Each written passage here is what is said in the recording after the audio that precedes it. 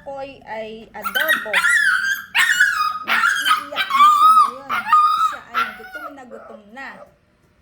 Ito yung ulam ni Bengkokoy na adobo.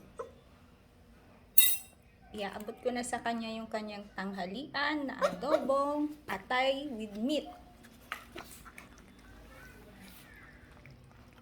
Grabe siya kung kumain. Gutom na gutom. Dahil wala siyang kasama buong umaga.